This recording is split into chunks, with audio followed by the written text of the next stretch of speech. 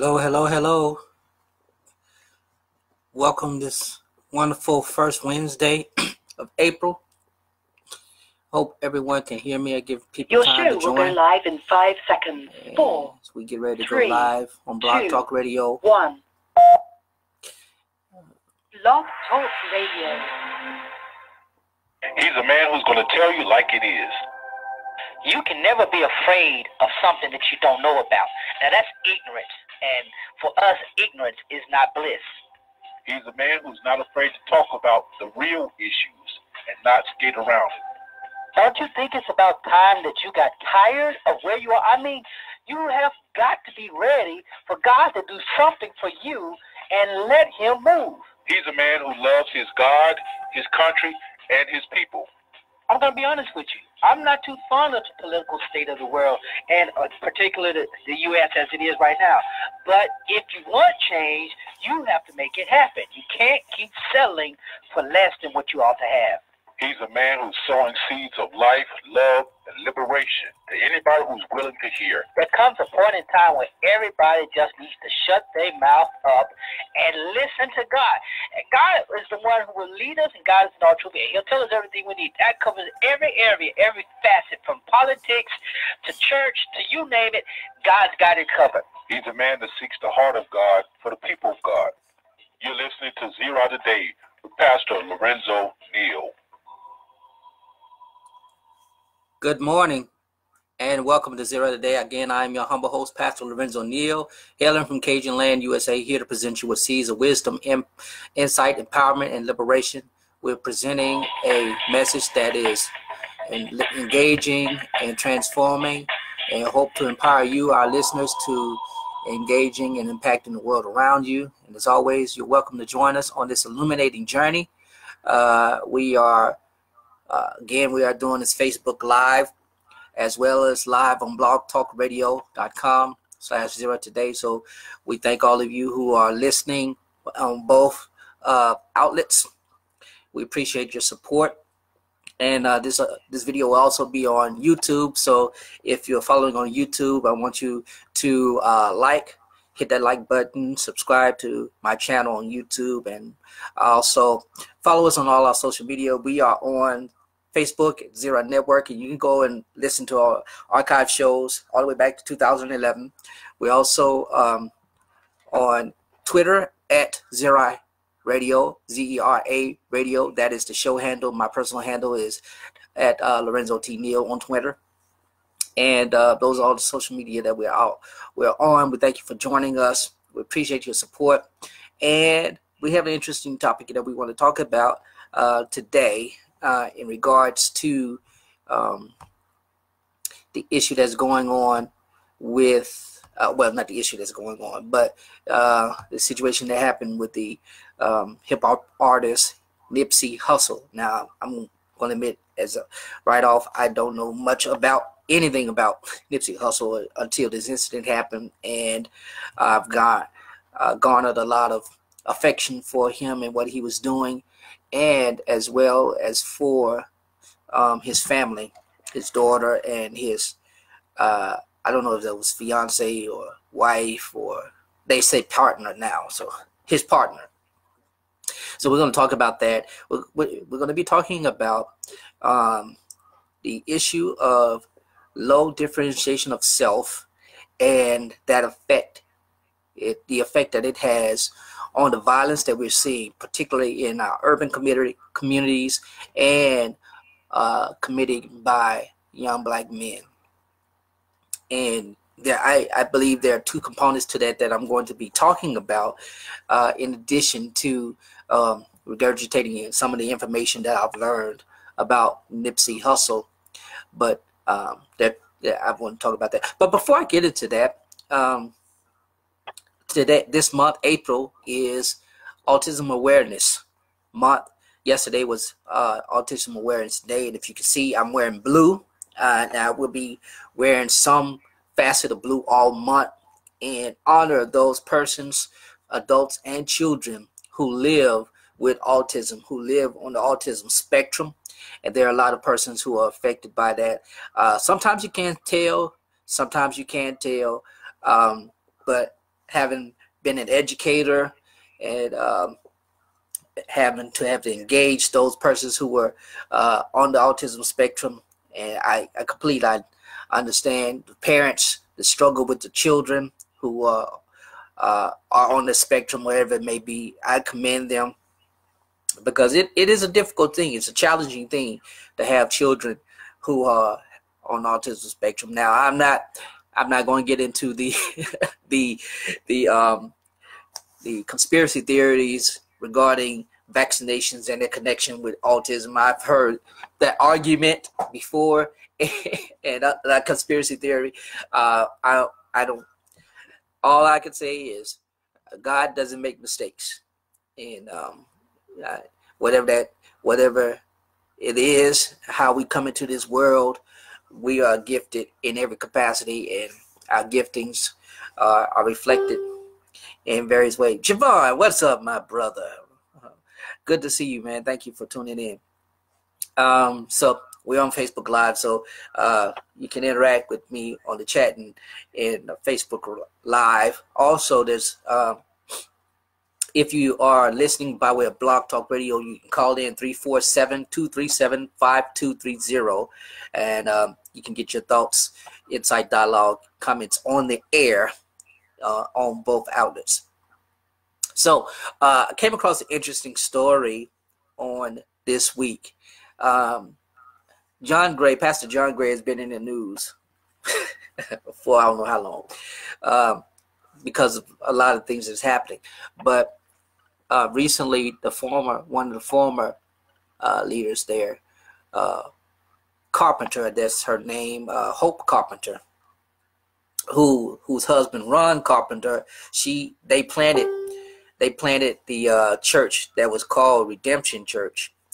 That is now called Relentless Church, and is pastored by John Gray and his wife Aventar.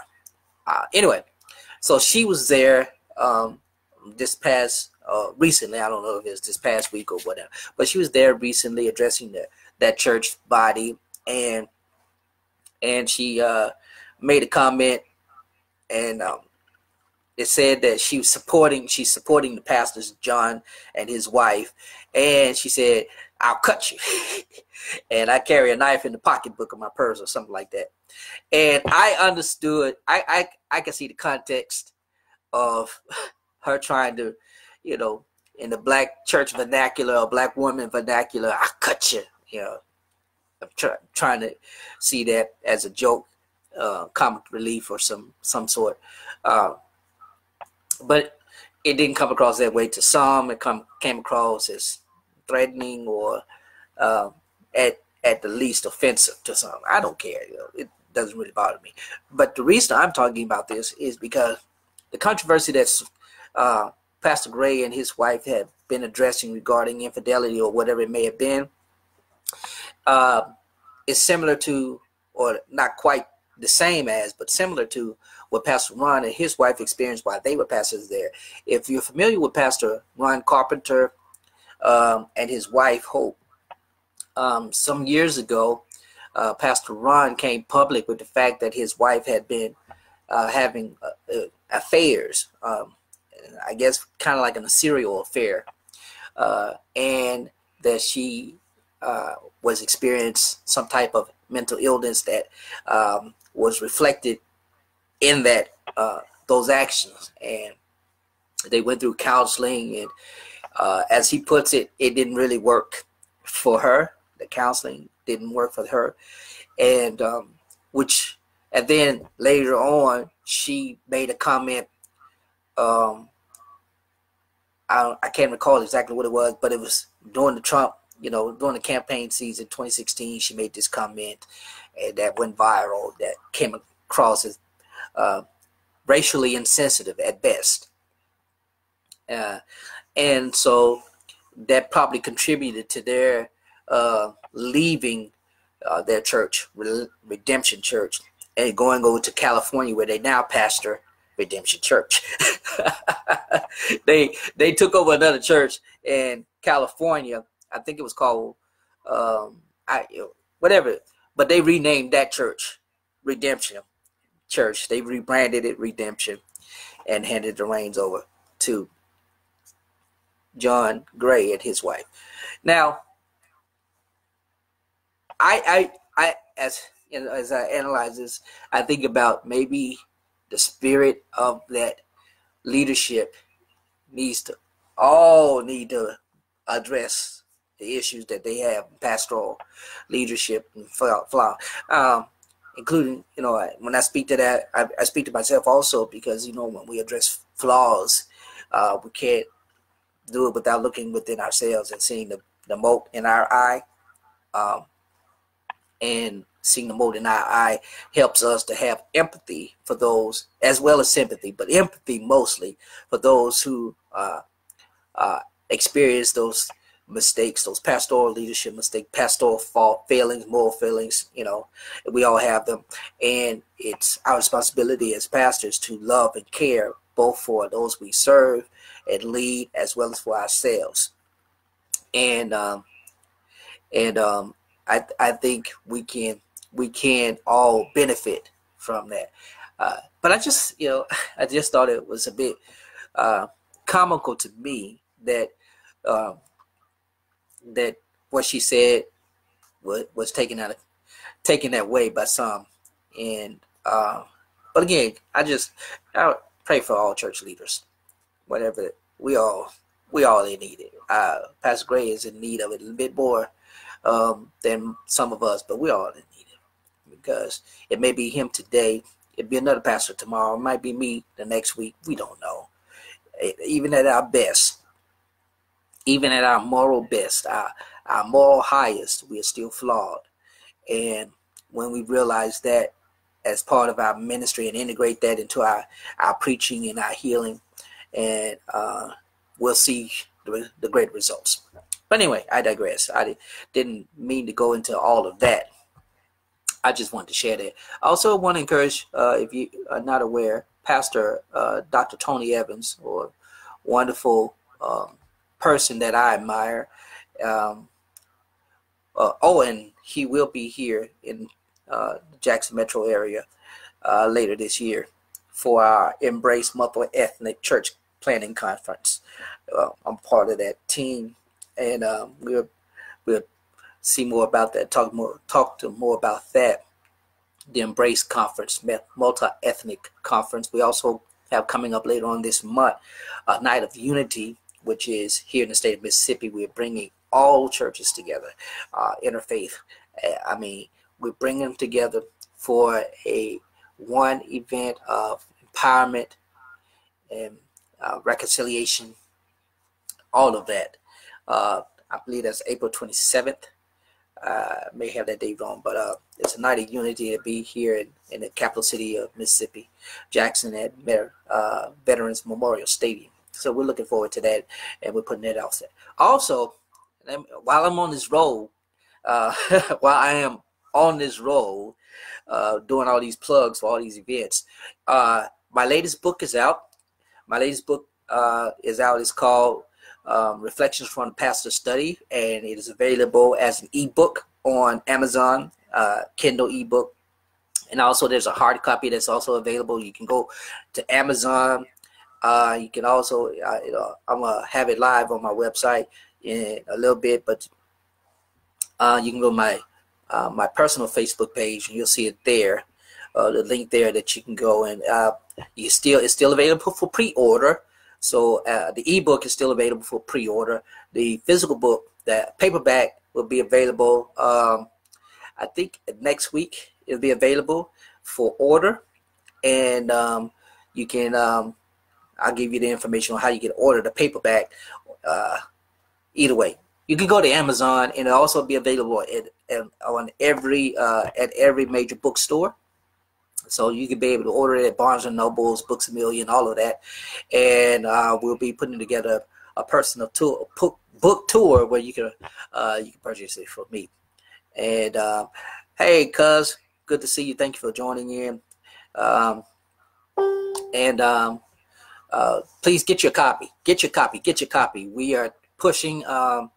We're trying to get a 500 sales for pre-orders if we can do that, and I believe we can do that. So go ahead, go to Amazon, download, purchase your pre-copy, and it's only $5.99 for the ebook. It's $15 for the paper copy. The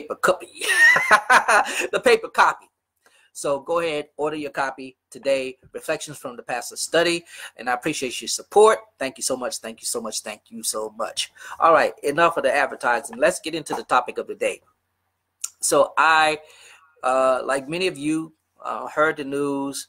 Good morning, Rochelle. Thank you. Carmen, thank you. Thank you. I appreciate you for purchasing your copy. If you purchase a copy, a physical copy of the paperback, I want you please take a picture. Let me know that you got it. If you have the ebook, still let me know. Pastor Mills, good to see you. Thank you so much for tuning in. So, like many of you learned the news about the assassination of hip-hop artist, entrepreneur, and civically engaged, socially engaged person, Nipsey Hussle. And I cannot pronounce his real name. I'm not going to even try it, but I leave it at Nipsey Hussle. And that he was assassinated in broad daylight this past weekend in front of his business. It grieved me to hear that. The fact that he was shot in broad daylight grieved me greatly. And the fact that as now news have come out, we know that the person has been apprehended, or the suspect has been apprehended. It's a young black brother, 29, and I think Nipsey Hussle was 32, 33. So we have the death. We have the death of a young black man who is a father, and a father, a lover, a husband, a partner to someone, and he was giving back to his community. And as I read more about him and how he was with the a local gang, and he took that energy of what he was doing in the gang and reframed it and transferred it, and transmuted it into positive energy and a positive hustle. Went from being a negative hustle, infringing upon the community, to being a positive hustle, impacting and engaging the community. And you have to commend the brother for doing that. And I was reading where he had a lot of things in the work. One, he had the documentary he was producing or providing funding to, a documentary about Dr. Sebi. And if anybody knew about Dr. Sebi, the herbalist and natural healer who went on trial in the 80s and was found now guilty, and has then went on to gain national and international regard for his work in natural healing, homeopathic medicine, and all of that, and who recently passed away. But his impact, his writings, and his philosophy and his teachings are all available on YouTube. And I've seen several of them before he passed away. I was very impacted by his work. I question a lot of it, because I'm skeptical, homeopathic. But he seemed to provide the empirical evidence of his methodology and the remedies, and they worked. I mean, the evidence showed that they worked. People were healed, of things that big pharma medicine, big pharma companies provide pills for. People were turning to these homeopathic means of healing and seeing results. Bigger results, greater results in shorter time. And so, so he was putting behind that. He bought a strip mall in his neighborhood, and in Crenshaw, I believe. It's in California, in Los Angeles area, in the hood. And he reinvested in that. And he had his own store, and he was doing that. And the last thing that I read was that he had recently been in negotiation with the Los Angeles Police Department to bring the gangs together.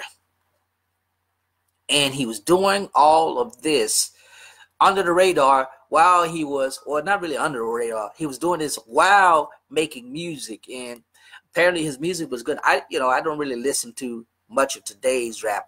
I'm old school 80s and early 90s hip hop. That's just where I am.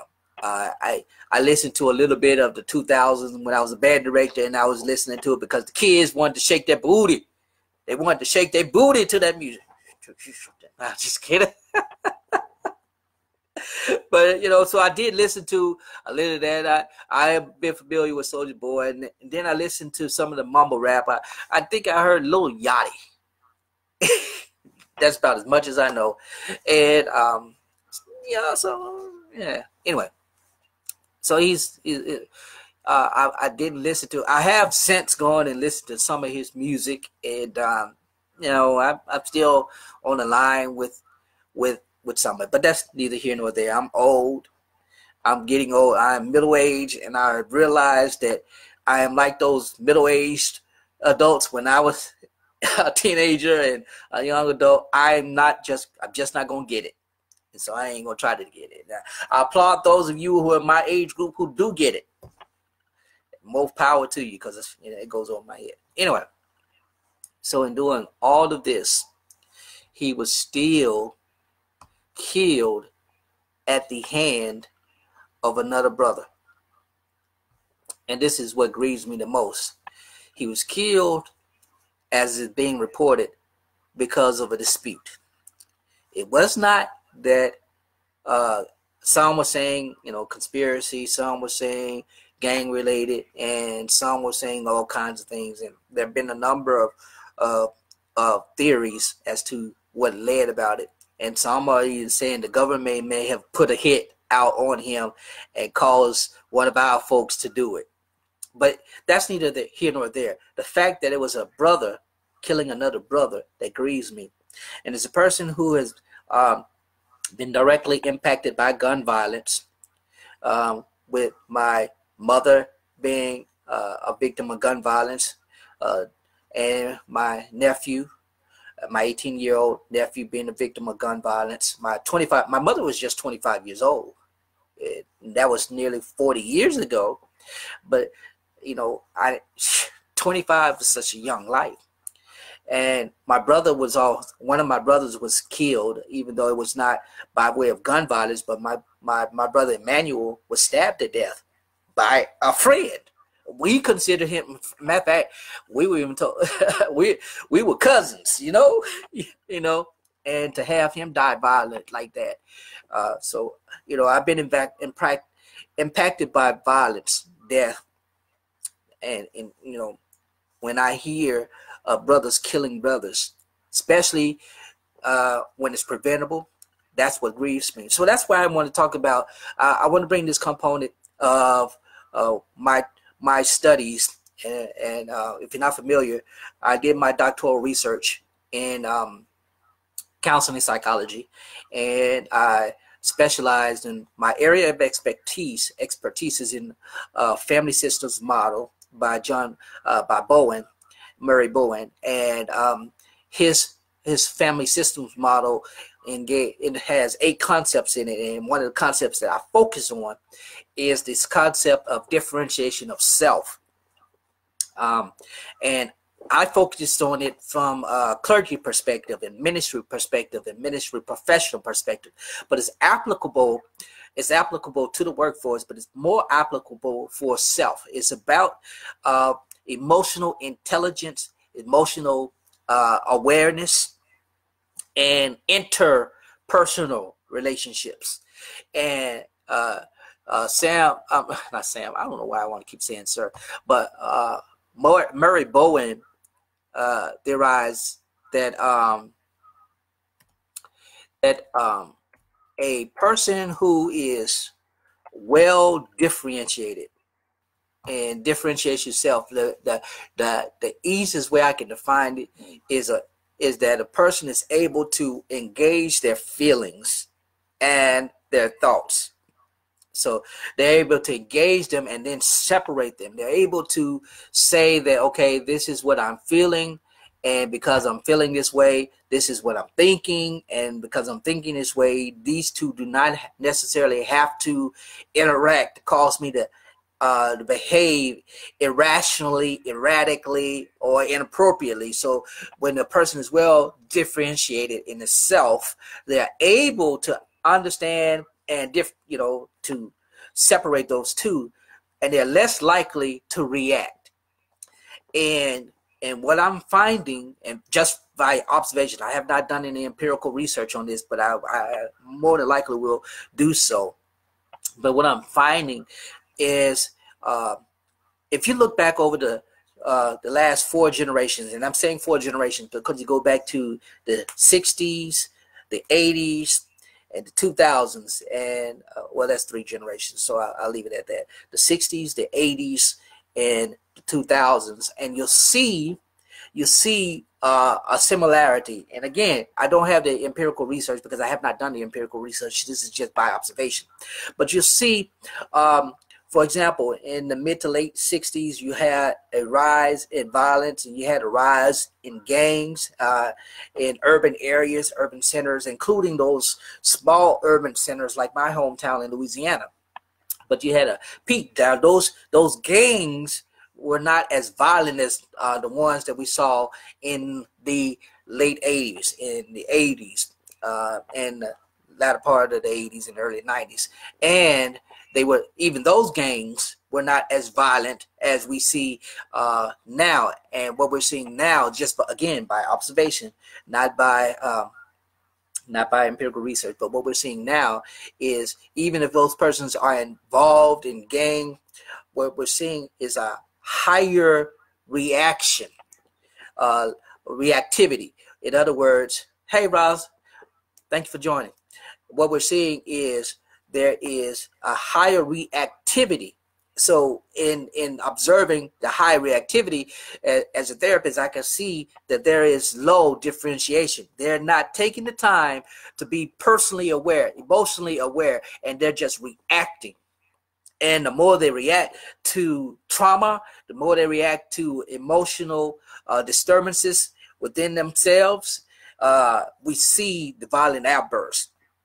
And that is what's contributing. That is one thing that's contributing to what we are seeing in the increase of urban violence. That's just one contributor.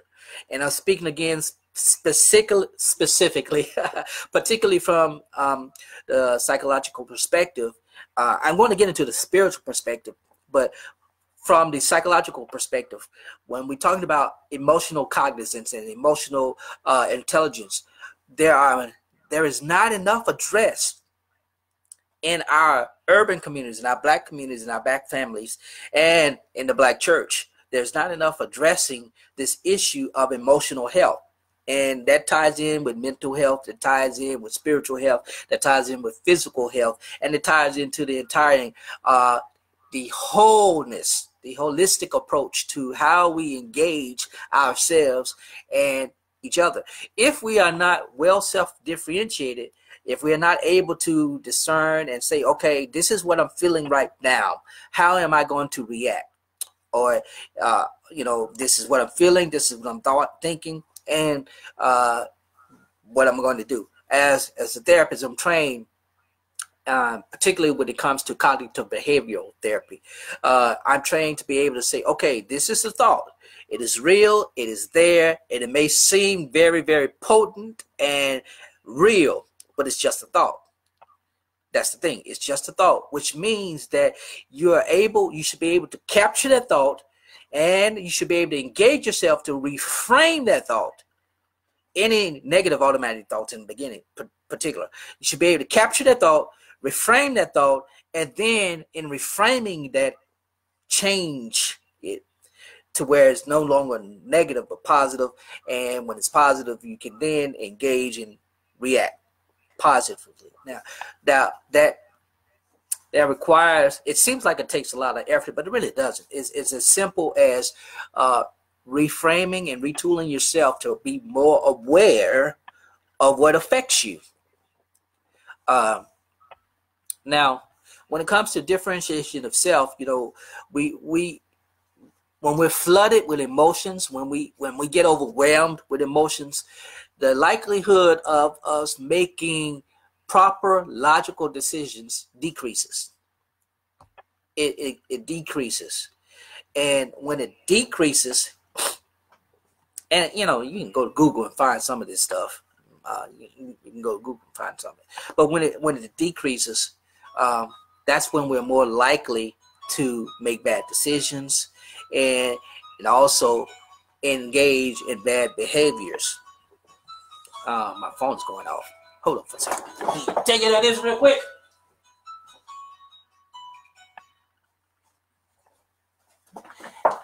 And I'm back. All right, but when we are not as well differentiated, when what happens is the emotions that we feel, that we experience, we are unable to critically assess them. And when we're unable to critically assess them, and it doesn't take a long time to assess it, it doesn't mean that you have to sit and think and ponder for a long time. No, it's just meaning that the moment the thought comes in that split moment, you have the opportunity to engage it positively or negatively.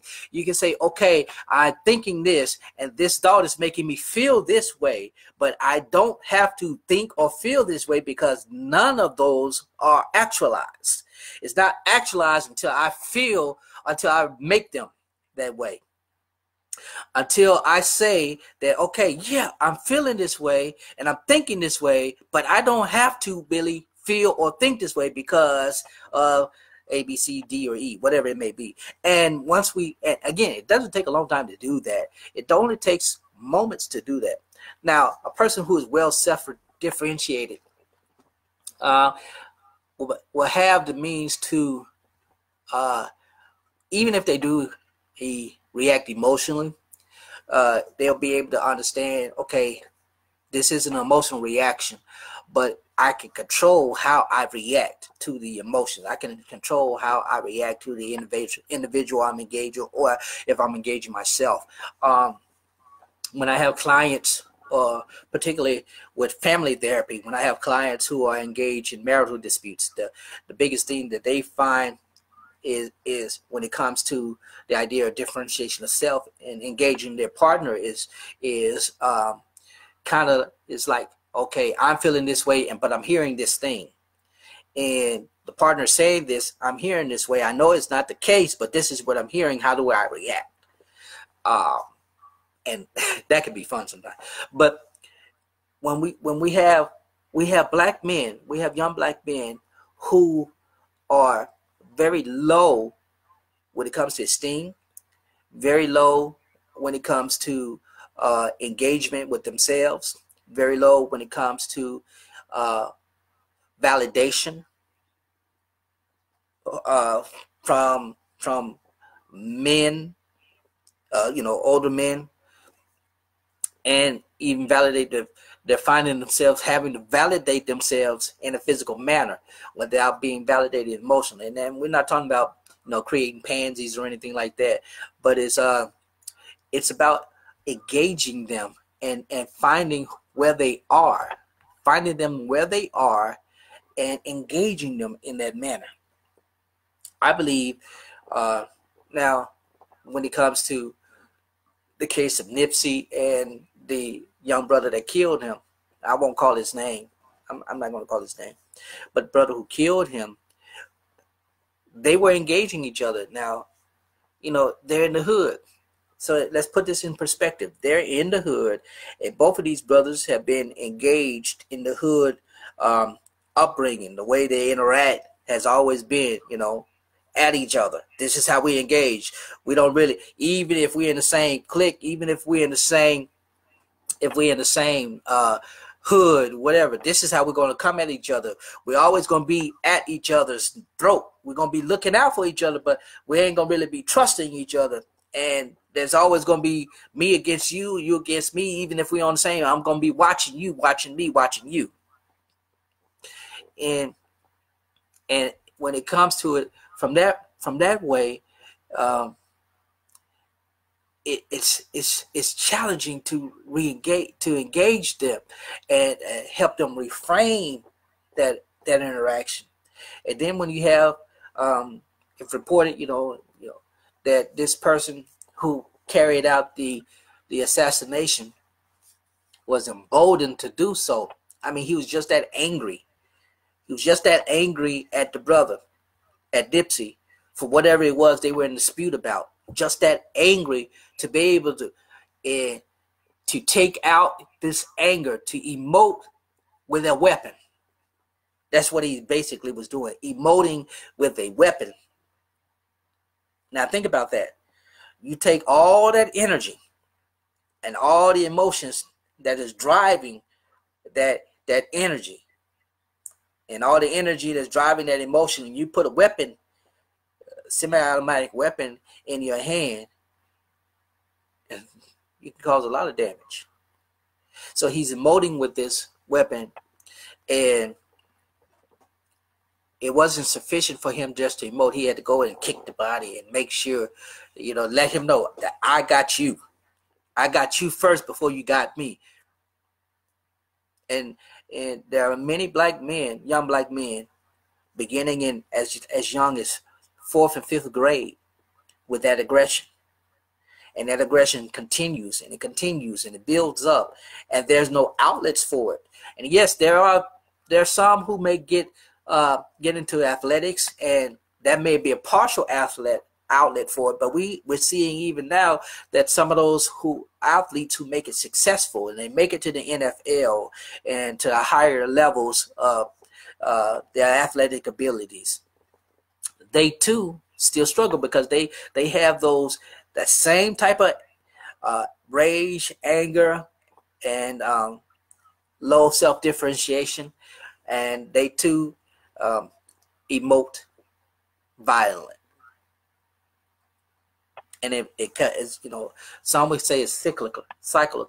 I don't know if I said that right, but y'all get what I'm saying. Now I went back to I want to go back to the original point that I was making regarding the generations. I was going from the 60s, the 80s, and to 2000s, because that's about the time of a generation. For example, those persons who were young adults in the 60s, they were in their late teens and early 20s in the 60s, are the ones who gave birth to my generation in the 70s and early 80s. And then those who were born in the late 70s and early 80s gave birth to the generation that was born now in the 2000s, who are now in the early 2000s, who may now be teenagers, late teenagers, or maybe even in the early 20s, late 90s, early 20s. But what I was saying earlier is, when you saw, if you go back and if you can see, what we're seeing now has always existed, but it is just again, it's heightened to a degree. It's heightened because during the 60s, well, there was outbursts of rage. You saw the riots in the 60s. You saw again, as I stated, a lot of the gangs that are now commonplace in some of the urban centers of the United States were formed in the 60s. They were violent, but they weren't as brutally violent, or I don't want to say brutally, but they weren't as cold. They were able to, you fought, but you fought with your fist, or you had your bat, you had your knife, and the goal wasn't to kill as much as it was to defend your block, to defend your rep, or and even though there was some violence that took place during that time. And with my generation, by the time I came up, we were seeing the full-fledged effect of the gang life. I never forget the documentary Banging in Little Rock. I don't know if y'all remember that, but I had the opportunity to live and work and teach in Little Rock, Arkansas. I got to meet one of the persons who was a part of that documentary, and who is now reformed and in ministry and doing wonderful work still in the city of Little Rock. But, you know, I saw that documentary banging in Little Rock, and I was like, yeah, this, you know, of course, you know, I was the nerd. So, and even though I wanted to be affiliated with gangs, and of course, in my hood, it's, you know, I was a nerd. So I got away with a lot of stuff. I got in good with the right people. So I wasn't bullied. Anyway,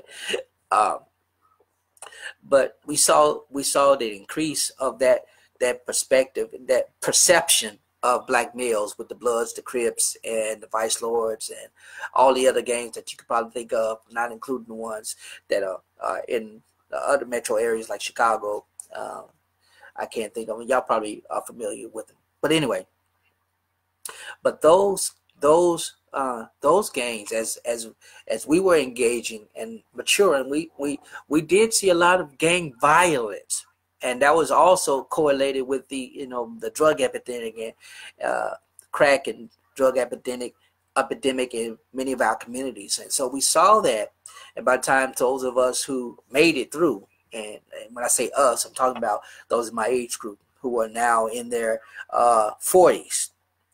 In their 40s or late 40s or early 50s, we were able to grow up, and we see now the fruit of our labor that was not intended to be fruit. And the children now, they are so disengaged with each other and with themselves. We see an increase in public schools. You see an increase of suspensions, and on IEP reports, you're seeing where there's a greater aggressiveness, even in young girls, as early as 7 and 8 years old. And these children are very aggressive, and I see it in 3 and 4 year olds when they talking back, and they just as stubborn as they want to be, and the parents don't know how to engage them. And, you know, and by the time they get into the public school system in particular, they've already been written off as, you know, this child is this, and we're going to provide this service, and we're going to keep them in this service without rehabilitating, without fully addressing them. And, you know, the more we do and provide to them, the worse the behavior gets. And by the time they're in high school, 9 times out of 10, and I do say 9 because it is a great number now, great number of them have a habitual offense with their behavior. Now they may not be criminalized. They may never, you know, they may never go to juvenile hall or anything like that, but their behavior has been habitualized to the point that any time they do something, it's already expected that they're going to act out in some capacity. Now, when you add trauma to that, and you add trauma of typically it really being homeless, you know, so you have no home stability, so you're moving from place to place. You have no spiritual stability. You don't go. The parents don't go to church. The parents don't take them to church. If they do go to church, it's for special activities like church field trip or vacation Bible school. That's the only time they really get engaged with church, or funerals and stuff like that. So you add that trauma. Then you add the trauma of the environment of the school, if they're in a public school. And unfortunately, I've taught in public schools, so I know the environment of public schools. I've taught in Title I, and I've taught in private and parochial schools, so I've been able to see both perspectives. And Reverend Dandridge, thank you for joining. You're absolutely right. That is through pipeline to prison, ADHD. I can talk because I have been diagnosed with ADHD. That's me. So yeah. And anyway, but you're correct. By the time they're assessed in that manner, as young as, you know, 1st and 2nd grade, they have become habitualized offenders behaviorally, and that continues on. The expectations is not as much for them to improve in behavior, and they don't improve in behavior. They may improve academically, and that's commendable. They may improve academically, and they may graduate, and they go on, and but they do not improve habitually, behaviorally. And so when you add other components as they grow up, that puberty hits and that rage against the machine hits, and it seems to be more intense in this generation than any other generation. Again, I have no direct empirical evidence for that. This is just by observation. So please, if you have any comments, don't just come at me saying, this is more speculative and observationist than anything else. But by the time they get into that emotional age and they're experiencing puberty and romantic things and all of that stuff, if that behavior is not fully addressed and it's been going on, they've been in this particular behavior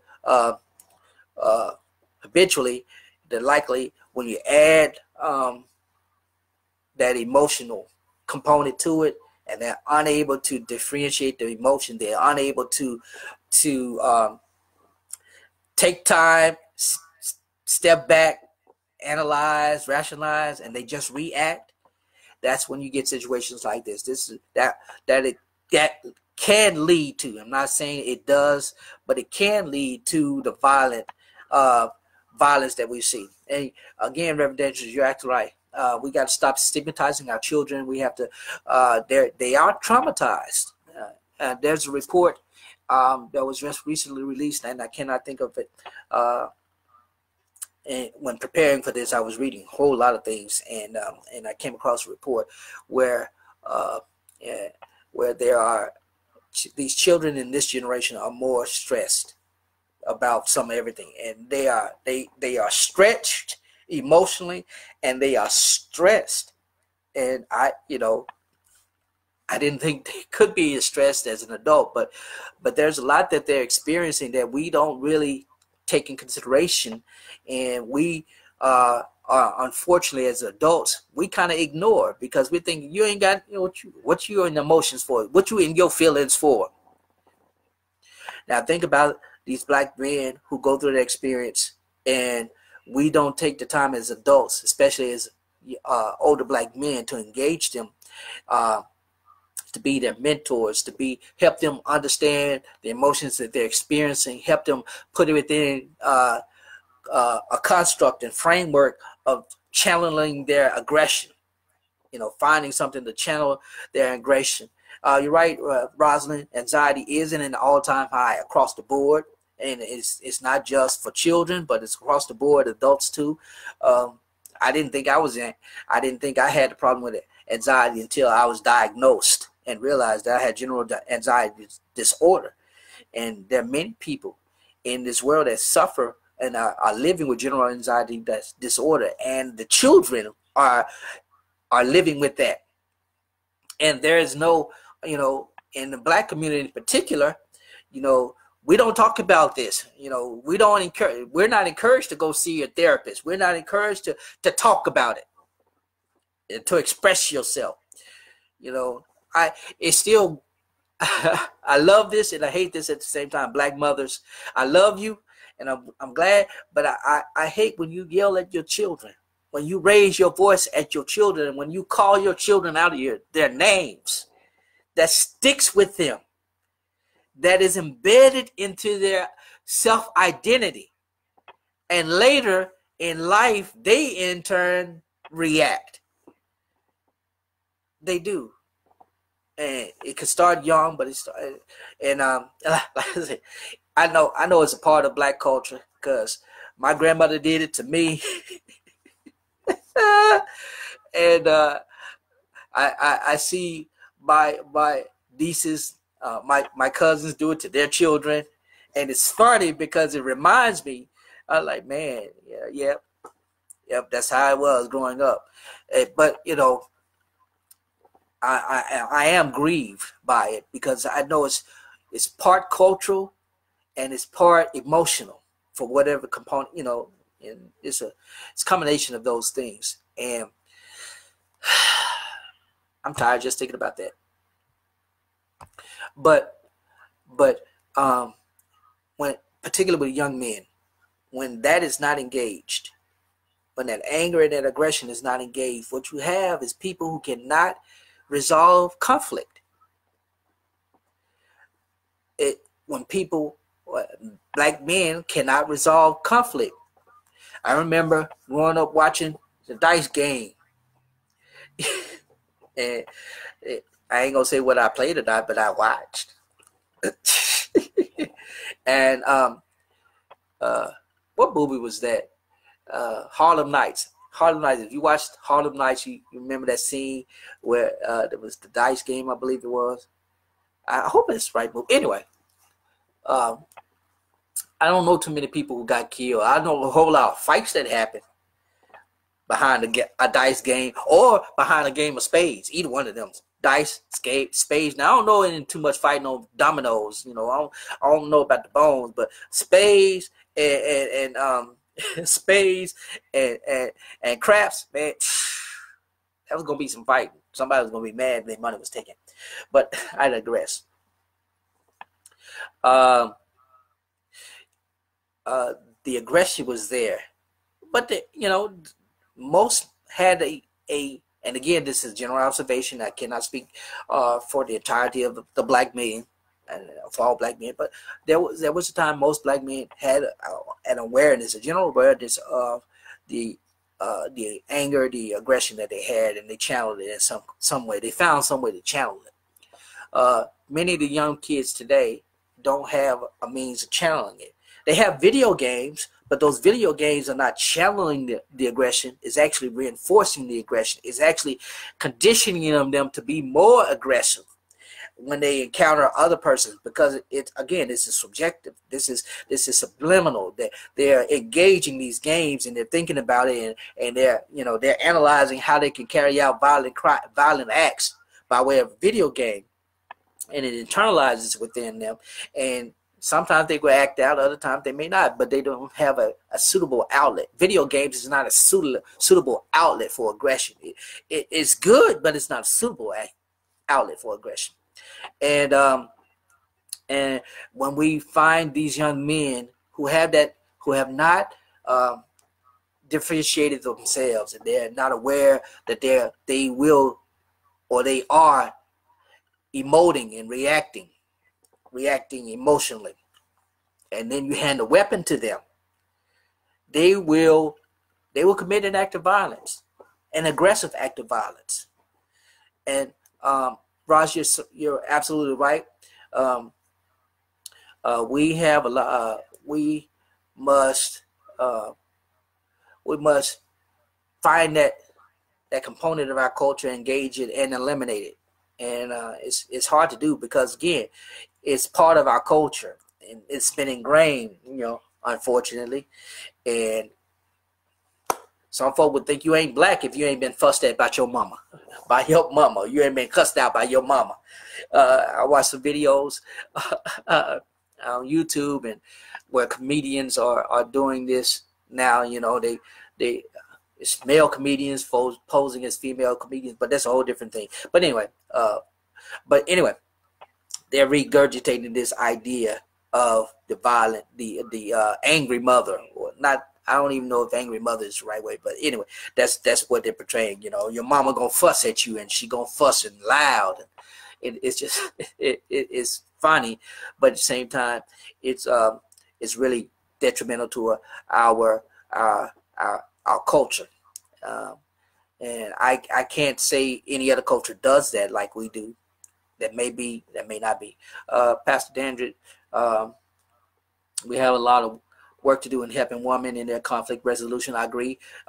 Again, you're dealing with most of these young men live with and around single women, single mothers, and they see how they interact with the black woman. Unfortunately, I don't know how we can dissolve this imagery of the angry black woman, but that has become synonymous with them. The black woman is aggressive, the black woman is angry, and they're gonna cuss and gonna fuss. And because of shows like Real Housewives of Atlanta and Real loving hip hop and all these where they're fighting and all of this. This is reinforcing this idea that black women cannot resolve conflict. And if black women can resolve conflict, what can we expect the black men but other to do in like manner violence to resolve conflict? Instead of fighting and pulling hair and all that stuff, we get a gun and we shoot. It is very detrimental to our culture. Now, this is where the church comes in. This is where me as a pastor, I as a pastor, does come as a pastor. First of all, we must be direct and address and say, look, this may be part of our culture, but this does not have to be our culture. We must engage and transform. You know, I'm all about empowerment, liberation, and transformation. That's what I'm about. Empowerment, liberation, transformation. That is the effect of what I try to do as a pastor. That's what I try to do as a person. Beginning with myself, I'm aware of myself where I need to engage myself, and I'm aware where I fall short, so I can't point the finger or throw the stone at anyone else. That's one thing. Secondly, is as a pastor, I must be aware that Scripture does teach us how to engage one another. We are to love God with our whole self, our whole being, with all our mind and soul. That includes the emotions and all of that. That's how we are to love God. And we are to love our neighbor as ourself. And if we love ourselves, we're able to, you know, if we don't want nobody hurting us, we shouldn't be wanting to hurt anyone. And that's what we have to put by these young black men. You know, it's called the golden rule: do unto others as you would have them do unto you. You don't want anybody hurting you or your family. You don't want nobody fussing at your kids. You'll jump at them. You know, have that same concern about, oh Lord, I'm getting passionate. Have that same concern in regard for yourself as you would have for God if you are a subscriber to a believer in the higher faith of God and that. Then that is how we should do. That's how we should do. And pastors, we need to be emboldened to say, look, stop. You can't be a full Christian behaving like this. And we have to say, okay, our church is no longer what it used to be. We have to be honest, there's been a paradigm shift within our church where we're seeing the misengagement of holiness. We don't have the social holiness like we used to. We don't even have the holiness like we used to. And much less the social holiness. We don't have the prophetic unction and the prophetic ability, prophetic voice that we once did. That's why we're seeing all this stuff happening in our country. We've lost that prophetic voice as the black church. And so we have to be able to engage ourselves, engage our community. These young black men they're suffering inwardly. You don't see violent aggression without some form of inward aggression. They're wrestling within themselves. They're trying to figure out who am I? What am I here for? Why am I doing what I'm doing? Why am I feeling what I'm feeling? Why do I have such a passion for this woman that if I sleep with her and I have a child by her, I love her, but I want to deny the child? Why is that? Why is it that I'm so angry that I didn't have a father in the house, and why mama keep trying to make me feel whatever? There's that internal thing that we have to address, as well as the spiritual thing that we have to address as pastors. I'm called to feed the sheep. 90 seconds. And in feeding the sheep, what I have to do is let the sheep know the food is the grass. And I'm just a shepherd leading them to the grass. Or the Lord is the good shepherd leading to the grass. That's what we have to do. I got off on a rant. I didn't intend to do that. But I have another book that's coming out. My dissertation on differentiation of self. I'm actually trying to put it into a book and put information like this into it. And it's really hard to go from academic writing to popular writing or writing for a broader audience. But I'm trying to make it work. Y'all pray for me. because this is one of the things that I'm passionate about. I want people to be self-aware. I want them to be empowered. I want them to be liberated. And Christ is the liberator. He came to set people free. In whom he sets free is free indeed. That's the scripture there. And I believe Rosalind says cultural shift often require an external catalyst. You're absolutely right. And I believe this assassination of Nipsey Hussle will serve as that cultural catalyst. Dr. King's assassination, Malcolm X's assassination. I'll go so far as to say Tupac and Biggie's assassination served as catalyst for the hip-hop community in many regards, because they realized the violence that was, perpetrated by their words, even if they themselves were not perpetrating their words. The imagery and all of that was doing so. And we have to have a cultural shift. The cultural shift starts with a mind shift, which leads in turn to a behavioral shift. And that's what we're here to do. Now, I got to get off here. I went over my time. I want to invite you again. We'll try to do this as every Wednesday as we can. I want to invite you to get your copy of my newest book, my latest book, Reflections from the Pastor's Study. It's available for pre-order now on Amazon, Amazon Kindle. The paperback will be available. You can go to Amazon and search, or you go to my website, LorenzoTNeal.com, and search. Or I got the link up there on my page. I'll put it back up later. Go get that copy for you, for me, and for you, and for me. We'll enjoy it together. Continue to be in prayer for all those who lost loved ones. Solicit your prayers on behalf. Thank you, Reverend Dandridge. I appreciate it. A lot of people have lost lives to violence, and as an advocate against gun violence, advocate for gun violence prevention, as part of the Everytown Survivor Network, I want you to please get engaged. If you know persons who have been affected by gun violence, I want you to connect them with the Everytown Gun Safety Survivor Network, and you do so by texting 64433 and text join, and they can get connected with that. I provide counseling services, or if you are in the local area and you want to explore this topic that I'm talking about, differentiation of self, or with yourself or with your spouse, your partner, I'm available for that. And you can hit me up on the inbox, and or hit me up on email, pastorlorenzoneal@gmail.com, and we can make a connection, and we want to go into that. I think that's about all. We're getting ready to wrap up with the Lenten season, and if you've been participating in Lent, if you've been fasting, I pray that you can hold on to the end. I'm trying to hold on because I want me some crawfish on Good Friday.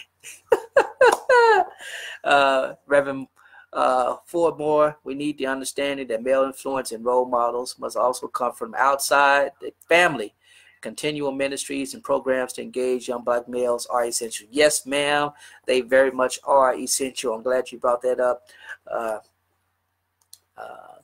Hip-hop community is on edge and cognizant to do right with assassination of Nipsey Hussle. I agree with you altogether. I agree. All right, I've got to get out of here. Thank you all for tuning in. I appreciate you again. This will be on Facebook. So go to my Facebook page, subscribe, and like, share this with your friends, and you all have a wonderful day. God bless you. God keep you.